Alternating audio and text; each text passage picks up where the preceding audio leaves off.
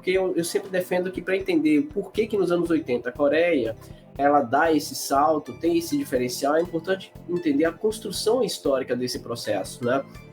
E nas minhas pesquisas, minha tese de doutorado, por exemplo, que eu escrevi sobre isso, eu mostro isso, a Coreia tem 4 dimensões na sua trajetória de desenvolvimento e que são essenciais para entender por que a Coreia é um dos poucos países no mundo que conseguiu ultrapassar a armadilha da renda média ou superar sua condição de subdesenvolvido e se transformar na economia que é.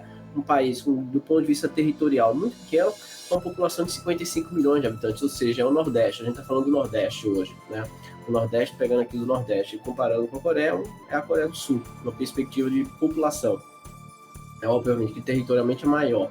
Mas veja, a Coreia, depois do presidente Park, em 1962, ele vai implementar os planos de desenvolvimento, que são chamados planos quinquenais. Então, durante a sua gestão, né, até quando ele morre, nós temos aí 5 planos quinquenais. Esses cinco planos quinquenais tiveram a capacidade de promover um processo de financiamento da industrialização sul-coreana, focado em construção do que a gente chama de construção de capacidades, né, de construção de competitividade. Então, a Coreia investiu muito forte em setores industriais estratégicos, né, evitando, por exemplo, um processo de desnacionalização da economia, criando suas próprias empresas nacionais, que são as famosas chaebols, ou, né, como muitas pessoas não conhecem o termo chaebol, são as grandes empresas sul-coreanas, os grandes oligopólios sul-coreanos, como a Hyundai, a Samsung, a Sky Hynix, a LG. Estou citando aqui as mais proeminentes na perspectiva de nomes no mundo, né, porque principalmente a gente tem umas 30 chaebols aí que dominam uma boa parte do PIB sul-coreano, principalmente o PIB industrial. Então, a Coreia teve essa trajetória de um processo forte de investimento em inovação. A Coreia hoje é o país que mais investe, um dos países com maior investimento como proporção do PIB. O investimento em P&D na Coreia é de 4,8%, acima da OCDE, acima da OMC, acima dos Estados Unidos, acima do Japão e acima da China.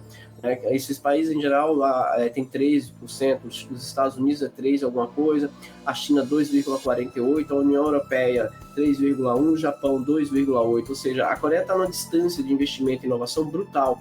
E a Coreia, ela construiu esse processo de avanço nas suas estruturas produtivas, internalizando a capacidade de inovação, internalizando a capacidade de transformações estruturais. E é um fato interessante que a Coreia não promoveu seu processo de industrialização com concentração de renda, ao contrário do que foi feito no Brasil. O Brasil, em 1964, com o golpe militar, vai adotar uma política de regime salarial chamada Circular número 10, que continha o salário dos trabalhadores, e isso se permaneceu até os anos 80, né? Era um crescimento com o salário não acompanhando nem o crescimento da produtividade e, ao mesmo tempo, não acompanhava nem a inflação.